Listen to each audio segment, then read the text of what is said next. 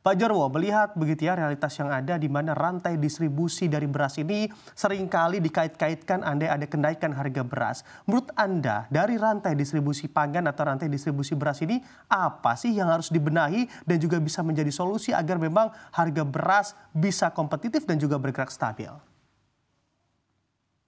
Ya, terima kasih.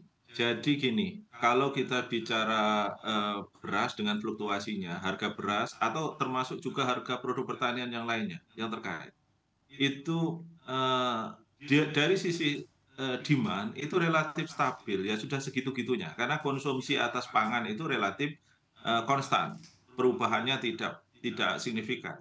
Justru malah yang menjadi, core problem-nya itu di supply. Ya, di-supply. Nah, misalnya ada perubahan iklim, misalnya ada serangan hama penyakit, misalnya ada, irigasi ataupun dari, kebutuhan air yang tidak tercukupi, itu sangat, memberikan shock kepada supply, yang kemudian direspon oleh pasar up and down yang relatif, signifikan, termasuk juga, seasonal atau sifat musiman dari produk pertanian. Nah, ini kembali kepada beras, maka kemudian gabah dengan fluktuasi produksinya itu, menjadi penyebab utama dari, berfluktuasinya, harga yang kemudian katanya Pak Mujib tadi juga berdampak kepada kalau berfluktuasi gini pedagang juga dirugikan gitu kan, juga punya, dampak negatifnya, lebih baik stabil harganya. Nah, sebenarnya kalau ini yang menjadi targetnya kita zaman sekarang itu menurut saya, dengan sistem informasi yang sudah semakin maju, bisa dimanfaatkan untuk, meningkatkan kinerja pasar dengan mengembangkan pola-pola, kerjasama antara produsen dengan, misalnya lembaga penggilingan ataupun dengan pemerintah, Bulog dalam hal ini misalnya, untuk melakukan, apa itu namanya, pengelolaan ya, dari sisi, supply chains-nya. Sehingga kemudian dari, fluktuasi produksi yang ada di hulu ini kemudian bisa diredam dengan adanya fungsi stok, ya. Fungsi stok yang bisa dikembangkan, apakah ini, oleh pemerintah, BUMN, dan, swasta yang bareng-bareng berkomunikasi misalnya lewat wadah yang miliki oleh, Bapanas misalnya, sehingga sistem pangan ini resilient, punya resiliensi. Nah, ini yang menurut saya menjadi sangat penting, termasuk Kementerian Pertanian bagaimana gabung ini dengan, bersinergi dengan Bulog misalnya melalui Bapanas, terus kemudian kita bisa membangun sistem pangan yang baik. Ini menurut saya kontribusi rantai pemasaran yang panjang ini sudah mulai, enggak menjadi concern ya, justru malah yang menjadi concern adalah bagaimana penataan produksi, implementasi teknologi, sehingga dari sisi supply untuk beras ini kemudian bisa di-manage sedemikian rupa, sehingga kalau ada oversupply kita bisa tangkap untuk untuk memenuhi kebutuhan saat defisit. Misalnya setelah bulan Agustus itu mulai defisit tuh, ya. Tetapi dengan adanya sistem stok, saya pikir kemudian stabilitas harga itu bisa kita tegakkan begitu, kita wujudkan, dan sistem pangan kita bisa menjadi, lebih baik. Sekali lagi, ini butuh, kinerja bersama, Kementerian Pertanian, kemudian juga misalnya kalau Kemendes dengan, BUMDes-nya yang bergerak juga ada yang di pangan, kemudian dari Bulognya sebagai market leader harapannya menuntun pasar untuk menjadi lebih efisien. Sehingga menurut saya memang, ini menjadi sebuah, kebutuhan untuk melakukan transformasi sistem pangan kita yang lebih baik dengan pendekatan multi pihak. Cost-nya adalah kolaborasi, komunikasi antar pihak.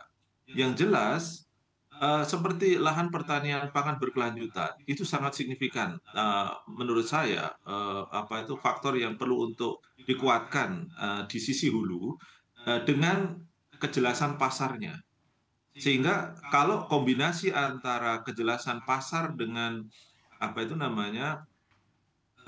harga ini kemudian bisa kita bisa secure gitu ya bagi petani, maka kemudian ini akan menjadi sebuah momentum, bagaimana sistem pangan kita bisa menjadi, lebih bagus, bahkan kita nggak perlu impor, harapannya begitu. Karena apa?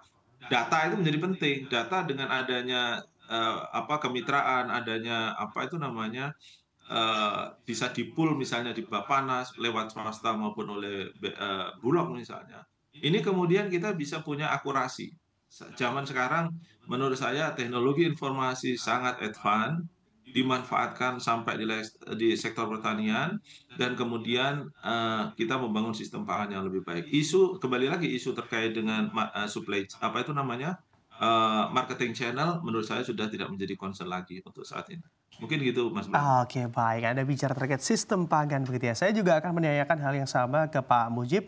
Pak Mujib, dari pandangan Anda dan juga dari sisi Anda, sistem pangan seperti apa sih yang harusnya dilakukan pemerintah dan juga bisa menjadi evaluasi dari setiap kebijakan di sektor pangan selama ini? Silakan Pak Mujib. Begini Mas, kan saya sepakat dengan apa yang disampaikan oleh Pak Sujarwo tadi bahwa memang harus ada kolaborasi dan sinergi antar stakeholder kan gitu. Jadi kalau misalnya gini, kan kalau apa itu petani itu tentu mereka butuh apa itu sumber-sumber yang bisa mensupport biaya produksi itu misalnya sedikit agak lebih murah sehingga apa lebih menguntungkan bagi petani. Itu yang pertama. Yang kedua, bahwa ada kepastian pembelian.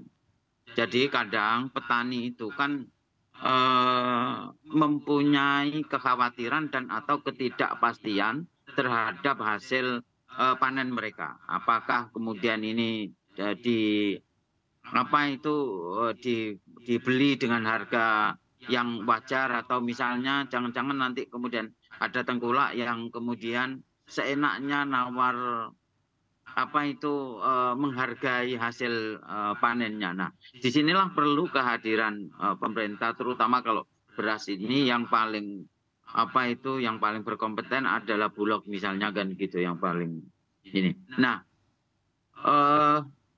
tapi juga begini, jadi sebagus apapun, jika memang biaya produksinya itu sudah tinggi, terus misalnya proses distribusinya sudah sedemikian efisien, tapi bagi masyarakat itu masih dirasa agak berat.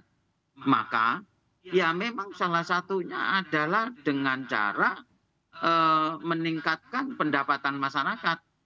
Ya akhirnya itu tadi, supaya apa? Supaya kemampuan masyarakat dalam apa berbelanja atau membeli itu apa naik, kemudian jadi terasa ringan gitu loh. Nah kalau enggak ya tentu bagi masyarakat akan tetap merasa keberatan gitu loh. Kira-kira demikian. Jadi saya kok sedikit agak memandang bahwa ini karena ada gap antara apa itu antara kenaikan harga dengan apa itu dengan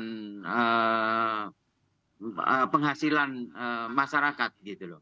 Gitu. Jadi tidak seimbang sehingga menyebabkan ini kemudian menjadi berat.